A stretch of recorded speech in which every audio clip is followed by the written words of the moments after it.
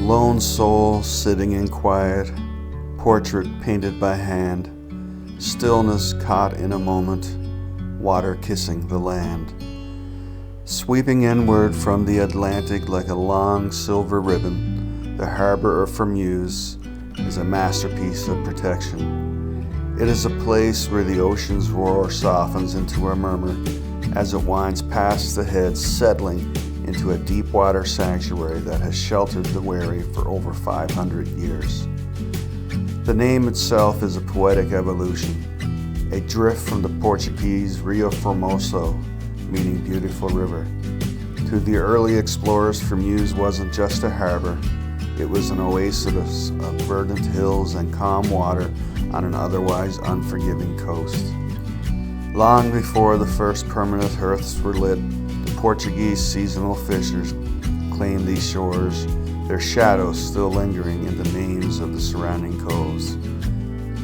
Captain Edward Wynne and the colonists of Fairyland looked towards Fermeuse as a vital neighbor, a place where the formless beauty of the land provided a rare gentleness into the New World.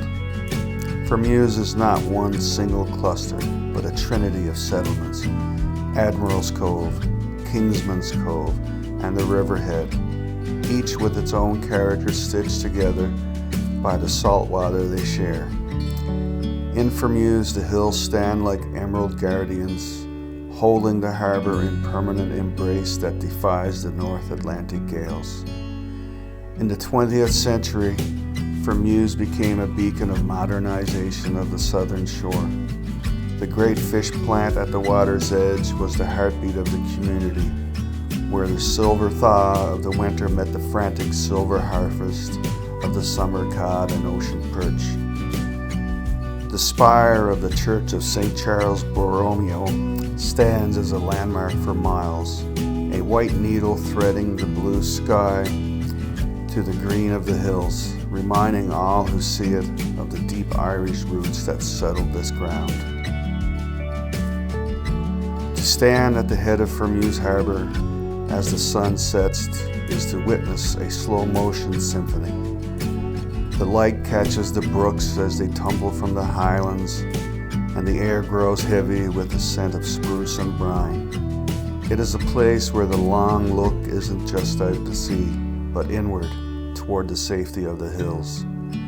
Fermeuse remains a testament to the beautiful river.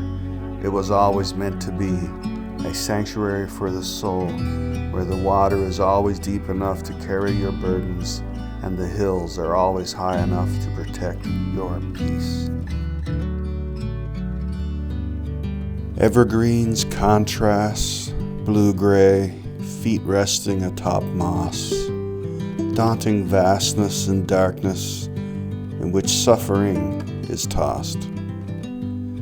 At the very edge of Conception Bay, where the earth seems to have been torn open to reveal its oldest secrets, lies Bacon Cove.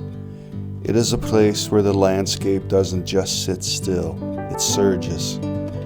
Here, the history is written in the wrinkles of the world, a community perched on the literal bones of the planet.